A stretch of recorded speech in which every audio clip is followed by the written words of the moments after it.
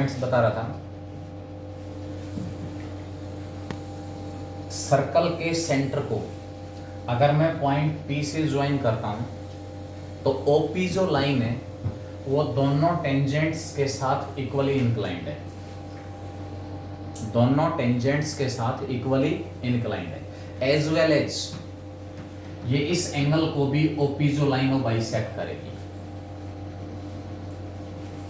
ये जो एंगल आपके पास दिया हुआ है AOB, इस एंगल को भी ये line OP joining centre with this point P will bisect. क्या करेगी? बाइसेक्ट करेगी। ठीक है, तो ये केस हमारे पास इसमें है। दूसरा जो मेन पॉइंट है ना, यहां पर जो पॉइंट आपके पास है O A P and B is a cyclic quadrilateral.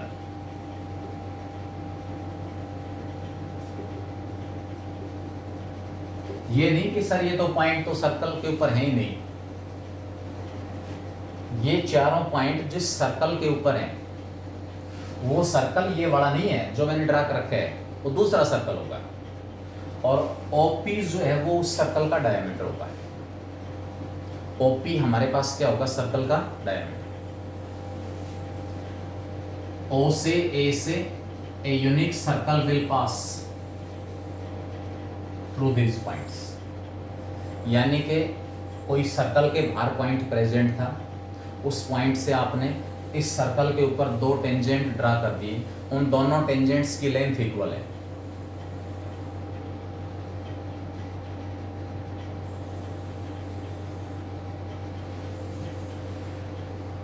दोनों टेंजेंट्स की लेंथ इक्वल है। दूसरा पॉइंट, सेंटर को इस पॉइंट से ज्वाइन करने वाली जो लाइन है वो दोनों टेंजेंट्स के साथ इक्वली इंक्लाइंड है। As well as it will, this line will bisect the angle AOB, angle AOB को भी बाइसेक्ट करेगी। नेक्स्ट पॉइंट हमारे पास चारों जो पॉइंट्स हैं O A P और B, O A P B एक क्वाड्रिलेटरल है, लेकिन कैसी क्वाड्रिलेटरल है? Cyclic quadrilateral. अब इसको साइक्लिक क्वाड्रिलेटरल अगर प्रूव करना है O A P B को, तो कैसे प्रूव करेंगे? क्वाड्रिलेटरल है, एक साइड इसकी OA, दूसरी साइड इसकी OB, तीसरी साइड इसकी AP और लास्ट साइड इसकी PP। हमें पता है एंगल OAP इक्वल टू 90 डिग्री, और एंगल हमारे पास दिया हुआ है OBP, ये भी 90 डिग्री। ठीक है, ये एंगल 90 डिग्री क्यों है? क्योंकि ये आपके पास क्या होगी, इसमें इस सर्कल की बात करता हूं मैं, ये वाली सर्कल, इस सर्कल की हेल्प ले रहे हैं इसको प्रूव करने के लिए। ये रेडियस था, ये टेंजेंट था, इसलिए एंगल 90 डिग्री था, ये भी 90 डिग्री। इसलिए इन दोनों का सम क्या आ गया? 180 हो गया। क्वाड्रिलेटरल के चारों एंगल्स का सम कितना होता है? 360। शॉर्ट फॉर्म में लिख रहा हूं मैं, angle P plus angle A plus angle O plus angle B equal to 360। मतलब वर्टेक्स P के ऊपर बना हुआ एंगल, A के ऊपर बना हुआ एंगल, O के ऊपर बना हुआ एंगल और B के ऊपर बना हुआ एंगल। एंगल P का मतलब है APB, एंगल A का मतलब है PAO, एंगल O का मतलब है AOB, और एंगल B का मतलब है PBO या OBP। इन सभी का सम 360 है। लेकिन ये दोनों A और B के ऊपर जो बने हुए एंगल हैं वो 90 के हैं। 180 पर लेकर जाके माइनस हो गया। एंगल P का मतलब है angle APB plus angle O का मतलब है एंगल AOB। इन दोनों का सम 180 बच गया। यानी कि ये एंगल, जब इस क्वाड्रिलेटरल की बात कर रहे हैं तो क्वाड्रिलेटरल के जो अपोजिट एंगल्स हैं वो सप्लीमेंट्री हैं। इस एंगल का अपोजिट ये हो गया और इसका अपोजिट ये हो गया। कैसे हैं? सप्लीमेंट्री। और जिस क्वाड्रिलेटरल के अपोजिट एंगल सप्लीमेंट्री होते हैं वो क्वाड्रिलेटरल आपके पास क्या होती है? Cyclic quadrilateral. साइक्लिक क्वाड्रिलेटरल है, आपके पास ये इसका डायमीटर होगा, ये क्या होगा? इसका डायमीटर। ये डायमीटर है, एंगल 90 पहले से दिया हुआ है भाई। ये सेमी सर्कल होगी तभी तो एंगल 90 होगा। ये 90 क्यों है? इस छोटी सर्कल की हेल्प से। और ये एंगल अगर 90 डिग्री है तो हमारे पास क्या होगा फिर? ये सेमी सर्कल होना चाहिए। बड़ी वाली सर्कल की बात करूं तो मैं इससे ऊपर, क्योंकि सेमी सर्कल के अंदर बना हुआ एंगल ये क्या होता है? 90 डिग्री होता है। 90 डिग्री क्यों है? क्योंकि इसमें छोटी जो ट्रायंगल है, छोटी सर्कल ये वाले, यहाँ से आपके पास क्या था, ये इसका रेडियस था, ये टेंजेंट था, परपेंडिकुलर इसलिए एंगल 90। मैंने ना तो साइड चेंज की ना एंगल चेंज किया, एंगल तो वही ले रहा हूँ मैं। तो जब मैं इस क्वाड्रिलेटरल की बात कर रहा हूँ ए पी बी ओ, तब बी एंगल 90 रहना है, ये एंगल भी 90 रहना है। तो दोनों का सम कितना, 180, चारों का सम 360, तो इन दोनों का सम कितना बच गया, 180। इसका मतलब अपोजिट जो एंगल्स हैं वो सप्लीमेंट्री हैं, इस वजह से ये जो क्वाड्रिलेटरल आपके पास है वो क्या होगी, साइक्लिक। ठीक है, और यहाँ पर जो सेंटर को आपने पॉइंट पी से ज्वाइन किया था, ये इस साइक्लिक क्वाड्रिलेटरल का क्या होगा, एक सॉरी इस सर्कल का क्या होगा, एक डायमीटर। तो ये केस आपके पास है। एक इसमें थ्योरम अगर हम बात करें, थ्योरम या जस्ट आप सिंपली क्वेश्चन ही कह सकते हो, उससे पहले मैं टेंजेंट्स की बात कर लेता हूँ, नंबर ऑफ टेंजेंट्स फिर से याद दिला देता हूँ आपको, क्योंकि इसमें सोल्व कुछ एक क्वेश्चन दिए हुए हैं, कुछ एक थ्योरम फॉर्म में है कि भी वहाँ पर ये ऐसा कुछ है तो प्रूव करो ये इसके इक्वल होगा, और कुछ एक आपके पास क्वेश्चंस दिए हुए हैं उस फॉर्म में, जिनमें जो रिजल्ट्स हम डिस्कस कर रहे हैं वो यूज होंगे। तो एक तरह से आपको पीछे वाले सारे वीडियो फिर से नहीं देखने पड़ेंगे कि सर ने कौन से वीडियो के अंदर नंबर ऑफ टेंजेंट से रिलेटेड बातें बताई थी, वो सारे के सारे वीडियो फिर से देखें। उसकी बजाय शॉर्ट में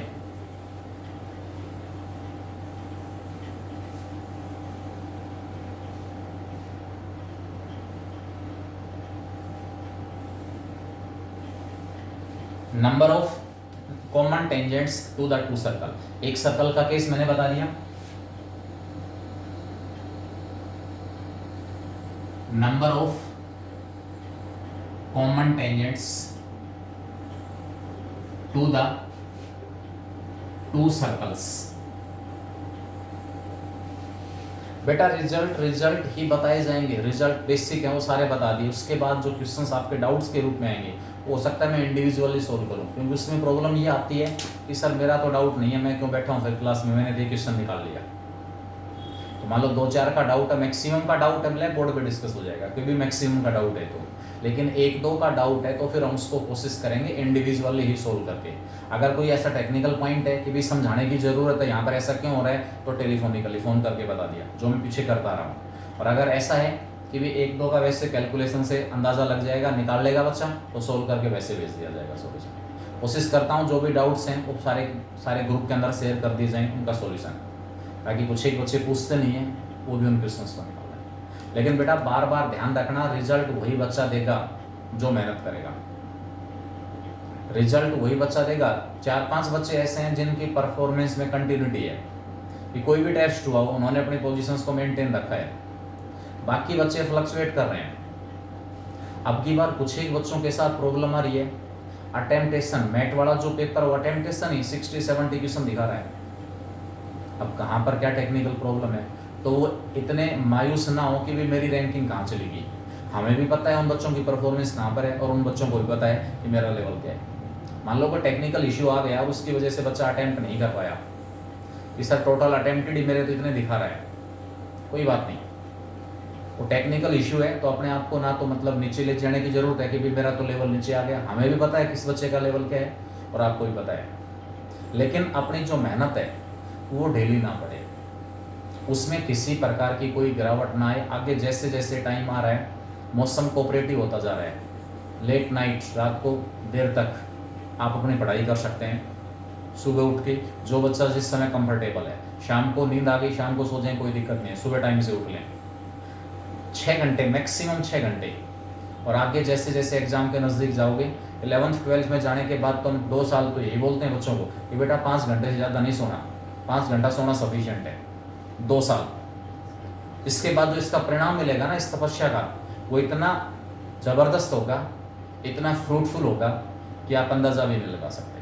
तो 2 साल की कठिन तपस्या है, और इस साल को साथ शामिल कर लें तो 3 साल, 10th, 11th, 12th। ये आपका कंपटीशन हल्का नहीं है, ऑल इंडिया लेवल का कंपटीशन है, तो इसको भी आप मतलब इतना लाइट ना लेके चलें कि भी असली तो 11th-12th में स्टार्ट होगा, नहीं, ये भी ऑल इंडिया लेवल का कंपटीशन है। तो मेन 3 साल है जो आपका लाइफ है, उसका सारा सब कुछ प्लेटफॉर्म तैयार करेंगे कि भी यहाँ पर अब आप अलग अलग डायरेक्शंस में जा सकते हो, यहाँ से आगे वो आपकी मेहनत के ऊपर डिपेंड करेगा। मैं बात कर रहा था number of common tangents to the two circle. दो सर्कल आपके पास दी हुई है, मतलब जिस टाइप के क्वेश्चंस पूछे जाएंगे उसमें सारे के सारे वीडियो आपको देखने की जरूरत नहीं होगी। एक तो इसमें होते हैं डायरेक्ट कॉमन टेंजेंट और एक होते हैं ट्रांसवर्स कॉमन टेंजेंट। ऐसी लाइंस जो एक साथ इन दोनों सर्कल्स को टच करें वो common tangent of the two circles, common tangent of the two circles. ये आपके पास केस आ जाएगा direct common tangent.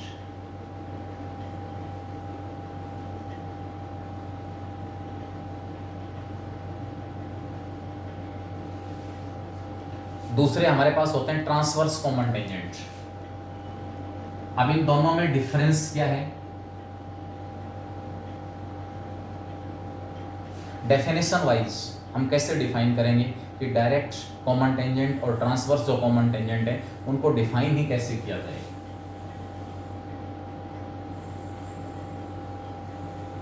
First circle का सेंटर C1 है, सेकंड सर्कल का centre C2। Line of centre को दोनों सेंटर्स के बीच में इंटरसेक्ट जो टेंजेंट नहीं कर रहे। बेटा अगर दोनों का रेडियस डिफरेंट है, दोनों सर्कल्स का रेडियस अगर डिफरेंट है तो ये डायरेक्ट कॉमन टेंजेंट भी एक दूसरे को इंटरसेक्ट करेंगे और ट्रांसवर्स कॉमन टेंजेंट भी एक दूसरे को इंटरसेक्ट करेंगे। लेकिन अगर दोनों सर्कल्स का रेडियस सेम है, सेम रेडियस, तो जो डायरेक्ट कॉमन टेंजेंट वो एक दूसरे के पैरेलल होंगे, वो एक दूसरे को इंटरसेक्ट नहीं करेंगे, मीन्स दोनों का रेडियस सेम है। तो यहाँ पर ये दोनों जो टेंजेंट है वो एक दूसरे को आगे इस प्रकार इंटरसेक्ट कर जाएंगे। आगे कहाँ इंटरसेक्ट कर रहे हैं? लाइन ऑफ सेंटर को सेंटर्स के बीच में इंटरसेक्ट नहीं कर रहे। Direct common tangent intersect the line of centre beyond C2 और C1। यहां पर आपके पास यानी कि C1 C2 को एक्सटर्नली डिवाइड करेंगे पॉइंट, हमेशा इस लाइन के ऊपर होगा। जो पॉइंट ऑफ इंटरसेक्शन है इन डायरेक्ट कॉमन टेंजेंट्स का और ट्रांसवर्स कॉमन टेंजेंट्स का, वो हमेशा लाइन ऑफ सेंटर के ऊपर प्रेजेंट होगा, ऑलवेज लाइन ऑफ सेंटर। ये पॉइंट C1, ये पॉइंट ऑफ इंटरसेक्शन P और ये वाला पॉइंट आगे कहीं इंटरसेक्ट करेंगे तो पॉइंट हो जाएगा Q। एक ही लाइन पर होंगे सारे के सारे पॉइंट। पॉइंट जो P है वो इस लाइन ऑफ सेंटर को R1:R2 में इंटरनली डिवाइड करेगा, इंटरनली, कोऑर्डिनेट ज्योमेट्री में आपको बताया हुआ है इंटरनल डिवीजन। और जो पॉइंट Q है जो कि डायरेक्ट जो कॉमन टेंजेंट्स हैं उनका पॉइंट ऑफ इंटरसेक्शन है, वो पॉइंट इस C1 C2 सेगमेंट को R1:R2 रेशियो में एक्सटर्नली डिवाइड करेगा। R1:R2 में किस प्रकार डिवाइड करेगा? एक्सटर्नली। यानी कि P और Q जो दोनों पॉइंट हैं वो लाइन ऑफ सेंटर को, एक पॉइंट को इंटरनली डिवाइड कर रहा है, किस रेशियो में? Ratio of the radii of to circles. और दूसरा एक्सटर्नली डिवाइड कर रहा है इसी रेशियो में। एक टर्म आती है हार्मोनिक, इसमें कॉन्जुगेट्स। हार्मोनिक कॉन्जुगेट क्या होता है? कोई भी सेगमेंट आपको AB दिया हुआ है, AB सेगमेंट, दो पॉइंट हैं जो इस सेगमेंट AB को, एक को इंटरनली डिवाइड कर रहा है M:N रेशियो में, और दूसरा पॉइंट हमारे पास है Q जो इस सेगमेंट AB को M:N में एक्सटर्नली डिवाइड कर रहा है, एक्सटर्नली और ये इंटरनली। ये दोनों पॉइंट P और Q एक दूसरे के हार्मोनिक कॉन्जुगेट कहलाएंगे, हार्मोनिक कॉन्जुगेट। मैं बात कर रहा था नंबर ऑफ कॉमन टेंजेंट्स, कितने होंगे टेंजेंट्स, उनकी संख्या। दोनों के सेंटर्स के बीच की जो डिस्टेंस है ना उसको मैं D कह रहा हूँ, D। C1 C2 जो डिस्टेंस है मीन्स दोनों के सेंटर्स के बीच की जो डिस्टेंस है वो D है। If D greater than R1+R2, दोनों सर्कल्स के सेंटर्स के बीच की डिस्टेंस अगर R1+R2 से ज्यादा है, जो कि इस केस में होगा, इस केस में तो उस केस में 4 कॉमन टेंजेंट हम ड्रा करेंगे फॉर मैक्सिमम 4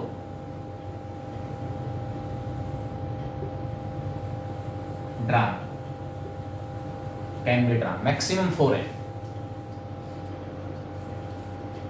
हार्मोनिक कॉन्जुगेट की डेफिनेशन बेटा अभी मैंने बताई कि कोई भी आपके पास 2 पॉइंट दिए हुए ए और बी, या सेगमेंट कह दो आप, A B segment A B कह दो, या पॉइंट ए और बी कह दो। कोऑर्डिनेट ज्योमेट्री के अंदर ही ज्यादा यूज होगा, लेकिन यहाँ पर क्योंकि ये इनके पॉइंट ऑफ इंटरसेक्शंस की बात हो रही है, इसलिए ये कॉन्सेप्ट यहाँ आ गया। कोई भी पॉइंट आपको दिया हुआ है, एक ए दूसरा बी, सेगमेंट ए बी कह दूं, इस सेगमेंट ए बी को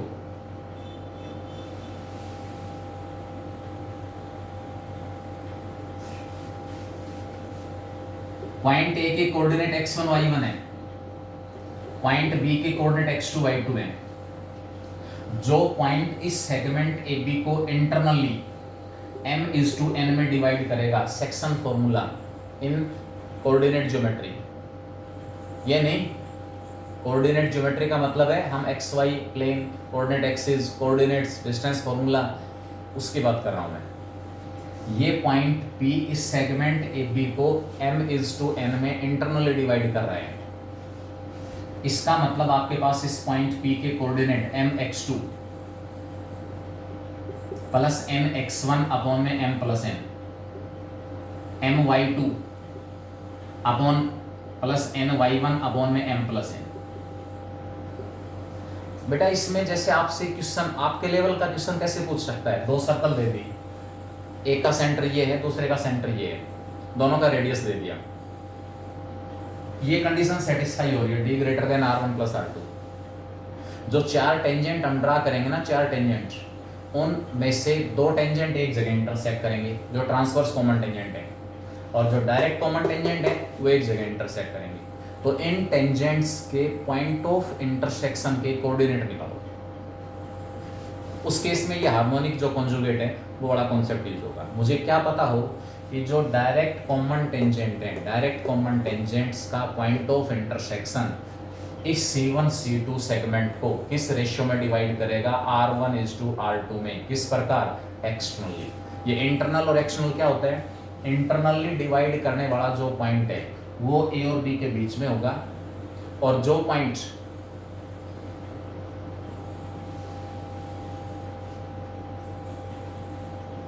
बेटा 1 मिनट में चेक करता हूं अगर मेरी तरफ से प्रॉब्लम है तो। व्हाट्सएप के ऊपर मैसेज छोड़ दिया, आपकी बात का समाधान होगा, उसमें हो सकता है डिले हो जाए 1 दिन का, उसके लिए मैं आप सबसे माफ़ी चाहूँगा। रीजन है उसका, क्योंकि जैसे जिस क्लास का पेपर नज़दीक होता है, 11th के अंदर भी एलन वाला जो हमारा एग्जाम है, कोचिंग के साथ हम पैरेलल चल रहे हैं, 12th के अंदर भी कोचिंग के साथ पैरेलल चल रहे हैं। तो जिस क्लास का एग्ज़ाम नज़दीक होता है, मैं अपना ज़्यादा टाइम डाउट्स के ऊपर उस क्लास के लिए जाता है, स्पष्ट बता दूं आपको। तो उस चीज़ को आप अदरवाइज ना लें कि सर मेरा डाउट डिस्कस नहीं हुआ। रिक्वेस्ट है कि भी मान लो अगर अब 11th वाले बच्चों का एग्ज़ाम कल है तो हम उनकी तरफ ज़्यादा ध्यान दे रहे थे। तीनों क्लासेज ऐसी हैं जिसके अंदर कंपटीशन वाली बात हो गई, वहाँ कोचिंग के साथ इसमें कंपटीशन है दोनों क्लासेज में, और यहाँ पर आपका ANTC का, तो उसमें थोड़ा सा टाइम वहाँ ज़्यादा लगाया जाता है डाउट्स में, जिसका एग्जाम नज़दीक हो।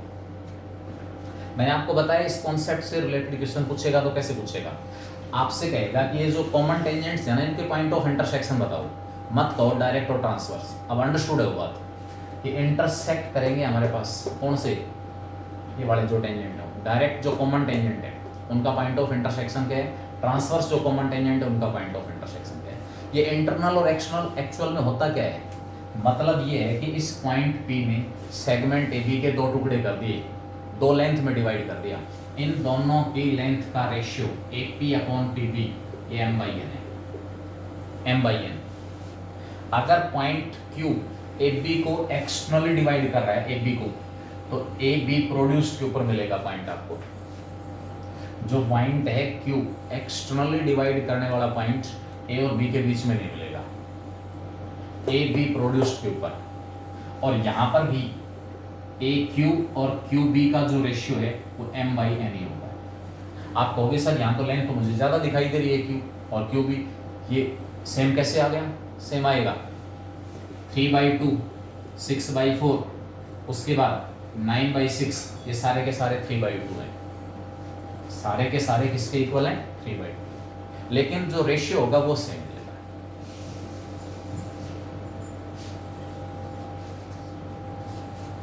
बेटा हार्मोनिक मीन मैंने बता दिया कि आपके पास दो पॉइंट दिए हुए ए और बी, इन दोनों को सेम सेगमेंट में डिवाइड करने वाले पॉइंट कोऑर्डिनेट से जस्ट ये फाइंड द हार्मोनिक कॉन्जुगेट, इन दोनों पॉइंट्स को एक दूसरे के हार्मोनिक कॉन्जुगेट कहेंगे। इस P का हार्मोनिक कॉन्जुगेट निकालो जो AB को इस रेशियो में डिवाइड कर रहा है m/n में।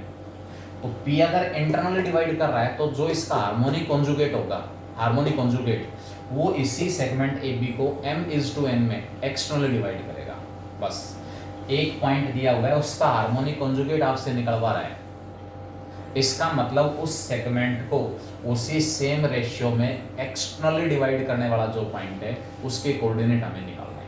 ये ज़्यादा इसका यूज कोऑर्डिनेट ज्योमेट्री में है, यहाँ सर्कल वाले टॉपिक में केवल इतना यूज है कि भी डायरेक्ट कॉमन टेंजेंट एक दूसरे को इंटरसेक्ट कर रहे हैं, ट्रांसवर्स कॉमन टेंजेंट एक दूसरे को इंटरसेक्ट कर रहे हैं, इनके जो पॉइंट ऑफ इंटरसेक्शंस हैं वो इस लाइन ऑफ सेंटर, दोनों सर्कल्स के सेंटर से पास होने वाली जो लाइन है उसको मैं लाइन ऑफ सेंटर कह रहा हूँ, उस लाइन ऑफ सेंटर को डिवाइड करेंगे ये पॉइंट ऑफ इंटरसेक्शन, एक करेगा इंटरनली और एक करेगा एक्सटर्नली।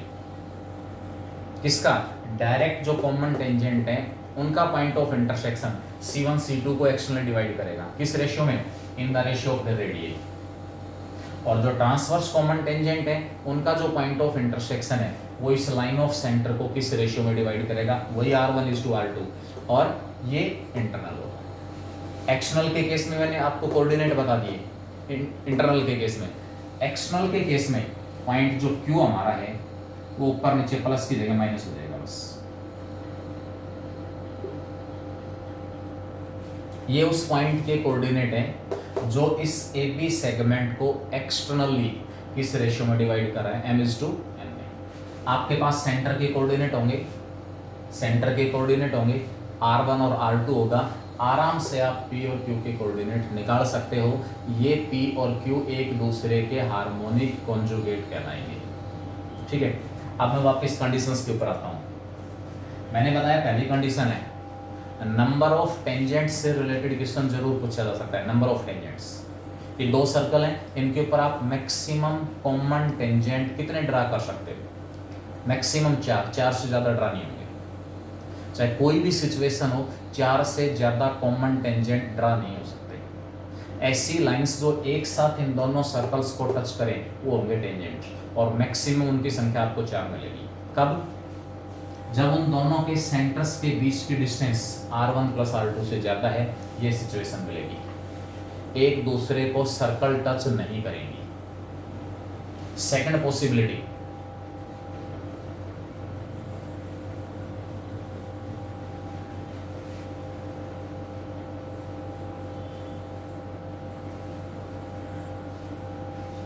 जो सेकंड पॉसिबिलिटी हमारे पास है वो क्या है? व्हेन D = C1 C2, दोनों सर्कल्स के सेंटर्स के बीच की डिस्टेंस जो है वो R1 + R2 के इक्वल है। D which is equal to C1 C2 and it is further equal to R1 + R2। दोनों सर्कल एक दूसरे को एक्सटर्नली टच करेंगी, एक्सटर्नली, और यहाँ कॉमन टेंजेंट्स की संख्या होगी 3। 2 होंगे डायरेक्ट कॉमन टेंजेंट, एक होगा ट्रांसवर्स। डायरेक्ट जो कॉमन टेंजेंट है वो 2, और जो ट्रांसवर्स कॉमन टेंजेंट है वो हमारे पास 1 होगा। ये ट्रांसवर्स कॉमन टेंजेंट है और ये दोनों डायरेक्ट कॉमन टेंजेंट है। इस केस में ये वाला जो पॉइंट है ना, ये वाला पॉइंट, वो इसको अगर सपोज ये पॉइंट A, ये पॉइंट B, ये पॉइंट हमारा C है, तो यहां पर जो पॉइंट C है वो इस AB का मिड पॉइंट भी होगा। कौन सी कंडीशन? कंडीशन विशेष रूप से D = C1 C2 = R1 + R2। Transverse जो कॉमन टेंजेंट है वो इन दोनों डायरेक्ट कॉमन टेंजेंट्स को बाइसेक्ट करेगा। क्या करेगा? Bisect. Means we have to prove this point C is mid point of A B. कैसे इसको हम प्रूव कर सकते हैं? सपोज ये वाला पॉइंट आपके पास पी दिया हुआ है, मैं कहूंगा यहां से सी ए और सी पी आपस में इक्वल है। सी ए और सी पी आपस में इक्वल हैं। क्यों इक्वल हैं? क्योंकि इस सर्कल के बाहर पॉइंट प्रेजेंट था सी, और इस पॉइंट से मैंने सर्कल के ऊपर दो टेंजेंट ड्रा कर दिए, एक की लेंथ सी ए, दूसरे की लेंथ सी पी, आपस में इक्वल। इसी प्रकार इस पॉइंट सी से दूसरी जो सर्कल है इसके ऊपर टेंजेंट ड्रा कर दो। Similarly C A C B equal to C P. कौन सा कॉन्सेप्ट यूज हुआ? ये वाला जो पॉइंट सी है वो दोनों सर्कल्स के बाहर है, इस पॉइंट से दोनों सर्कल्स के ऊपर टेंजेंट ड्रा कर रहे हैं, तो ड्रा किए हुए टेंजेंट एक सी ए दूसरा सी पी आपस में इक्वल। जो दो टेंजेंट ड्रा हो रहे हैं बाहर किसी पॉइंट से, उनकी लेंथ इक्वल। इसी प्रकार सी बी और सी पी इक्वल। मतलब कॉन्सेप्ट को किसी भी तरीके से घुमा दे, सी बी और C P equal, right hand side दोनों की सेम है, इसका मतलब क्या हुआ? सी ए और सी बी आपस में, सी ए और सी बी हमें क्या मिलेगा? इक्वल।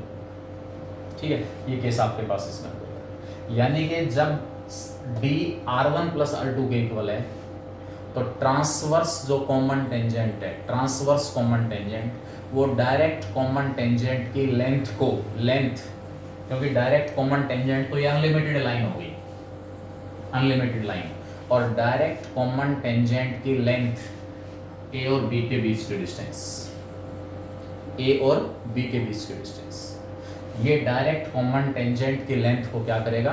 बाइसेक्ट। इसी प्रकार अगर यहाँ पर पॉइंट डी दिया हुआ है बी, और ये पॉइंट आपके पास ई और एफ है, तो डी जो है वो ई एफ का क्या होगा? Mid point. Number of tangents कितने? 3। Number of tangents equal to 3। ठीक है, 2 होंगे डायरेक्ट और 1 होगा ट्रांसवर्स। किस केस में? जब आपके पास डी R1 प्लस R2 के इक्वल है। तीसरा केस, जब डी हमारे पास R1 प्लस R2 से छोटा है लेकिन R1 माइनस R2 से लेस और इक्वल, इसके मॉडुलस से लेस और इक्वल। मॉडुलस यहाँ पर क्यों आ गया भाई? हो सकता है R1 बड़ा हो, रेडियस R1 ज़्यादा हो या R2 ज़्यादा हो, उसको इग्नोर करने के लिए, नेग्लेक्ट करने के लिए मैंने मॉडुलस ले लिया।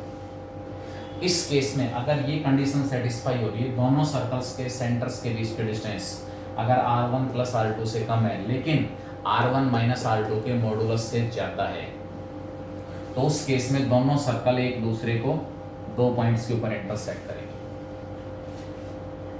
डायरेक्ट जो कॉमन टेंजेंट है वो ड्रा होंगे केवल, ट्रांसवर्स कॉमन टेंजेंट ड्रा नहीं होंगे। नंबर ऑफ टेंजेंट्स, यानी कि जब ये कंडीशन सेटिस्फाई हो रही है तो नंबर ऑफ टेंजेंट्स कितने हो गए? 2।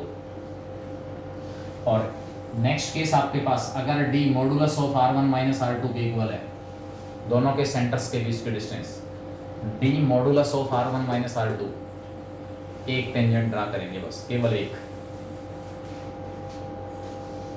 एक जो सर्कल है वो दूसरी सर्कल को टोटली उसके अंदर होगी और साथ में टच भी करेगी इंटरनली। यहाँ एक्सटर्नली टच कर रहे हैं d equal to R1 plus R2 और d equal to modulus of R1 minus R2, दोनों सर्कल एक दूसरे को इंटरनली टच कर रही हैं। At the point of contact only one tangent can be drawn.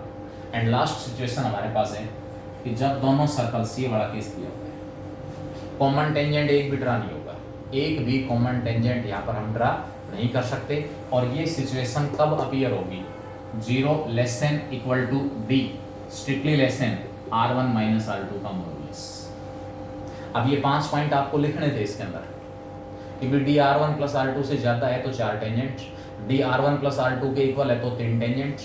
अगर d हमारे पास R1 प्लस R2 से छोटा है लेकिन modulus of R1 minus R2 के इक्वल या उससे बड़ा, नंबर ऑफ टेंजेंट्स हमारे पास 2, इंटरसेक्ट करेंगी दोनों सर्कल एक दूसरे को, और नेक्स्ट सिचुएशन, अगर D R one minus R two के इक्वल है, दोनों सर्कल इंटरनली टच करेंगे और डी की वैल्यू जीरो, जीरो का मतलब दोनों सर्कल्स कंसंट्रिक हैं, और या फिर modulus of R one minus R two से स्ट्रिक्टली लेस, उस केस में दोनों सर्कल्स कहीं पर भी एक दूसरे को टच नहीं करेंगे। Completely involve, one circle is completely involve in the second circle. ये आपके पास केस आ गया नंबर ऑफ टेंजेंट्स। अब इसमें एक पॉइंट आता है, जो डायरेक्ट कॉमन टेंजेंट उसकी लेंथ और ट्रांसवर्स जो कॉमन टेंजेंट है उसकी लेंथ। हमेशा डायरेक्ट जो कॉमन टेंजेंट है वो लेंथ में बड़ा होगा और ट्रांसवर्स कॉमन टेंजेंट जो उसकी लेंथ आपको छोटी मिलेगी हमेशा। Length of direct common tangent it is equal to square root of D square minus R one minus R two square. Direct जो कॉमन टेंजेंट है, what is D, C1 C2, दोनों circles के centres के बीच की distance जो है वो हमारे पास डी है। R1 और R2 होंगे हमारे पास दोनों। डी स्क्वायर में से R1 minus R2 whole square आपने माइनस कर दिया, सारे का स्क्वायर रूट, ये हमारे पास क्या आएगी, length of direct common tangent. और इसी प्रकार आएगा length of transverse common tangent. Transverse common जो टेंजेंट है उसकी length it will be square root of D square minus R1 plus R2, और इसका, ठीक है। ट्रांसवर्स कॉमन टेंजेंट अगर D R one plus R two के इक्वल है, D R one plus R two, आप कहोगे सर ये लेंथ है कौन सी लेंथ निकाल रहा हूं मैं। अगर सर्कल डायरेक्ट कॉमन टेंजेंट है तो दोनों सर्कल्स के जो पॉइंट ऑफ कांटेक्ट है उनके बीच की डिस्टेंस की बात हो रही है। एक सिचुएशन हमारे पास ये भी होती है जब D R one plus R two के इक्वल है, D R one plus R two, D R one plus R two कहाँ होता है, ये रहा, दोनों सर्कल एक दूसरे को एक्सटर्नली टच कर रही हैं, तो ट्रांसवर्स जो कॉमन टेंजेंट है उसकी लेंथ जीरो हो जाएगी। क्या होती है लेंथ, वो पर्टिकुलर टेंजेंट उन दोनों सर्कल्स को अलग अलग पॉइंट्स के ऊपर टच कर रहा है, उन दोनों के बीच की डिस्टेंस होती है। अब यहाँ पर तो पॉइंट आपके पास, ये जो टेंजेंट है वो दोनों सर्कल्स को एक ही पॉइंट पर टच कर रहा है, इसलिए जिस पॉइंट पर टच कर रहा है उन दोनों के बीच की डिस्टेंस जीरो। ट्रांसवर्स जो कॉमन टेंजेंट है उसकी लेंथ जीरो आ जाएगी। इसकी जगह, ट्रांसवर्स की जगह आपको इनडायरेक्ट भी कह सकता है, ये इनडायरेक्ट, स्मॉलर और लार्जर भी कह सकता है। ये लार्जर है, लार्जर जो टेंजेंट उसकी लेंथ है, ये जो स्मॉलर है उसकी लेंथ, ठीक है। इस केस में जब सर्कल्स एक दूसरे को इंटरसेक्ट कर रही हैं, ये डेफिनेशन मीनिंगलेस, एग्जिस्ट नहीं करेगी। ट्रांसवर्स कॉमन टेंजेंट तो इस केस में एग्जिस्ट नहीं कर रहा, इसलिए उसकी लेंथ यहाँ पर नहीं हो, ठीक है। नहीं बेटा, 2 ही क्लास होंगी, बाकी मैं इसका असाइनमेंट भेजूंगा, उस असाइनमेंट के डाउट्स हम डिस्कस करेंगे। बाकी बचे हुए कुछ क्वेश्चंस, डाउट्स मैं बता रहा हूँ आपको इंडिविजुअली सोल्व करके भेज दूंगा। इसके कुछ एक कॉन्सेप्ट जो बाकी बच गए वो हम आज की बजाय कल की क्लास में डिस्कस कर लेंगे। मिश्रा जी ने सारा डिस्टर्ब कर दिया, पहले उनकी क्लासेज 5 बजे होती थी, अब वो हमारी क्लास से जस्ट पहले, अब जस्ट पहले मैं थोड़ा सी सोचता हूँ बच्चे 2 से 3 के बीच में भी मोबाइल के साथ थे, तो आइज के ऊपर जो इसका इम्पैक्ट है गलत होना है, उस वजह से जो क्लास है उसको मैं आगे पीछे कर देता हूँ, ठीक है।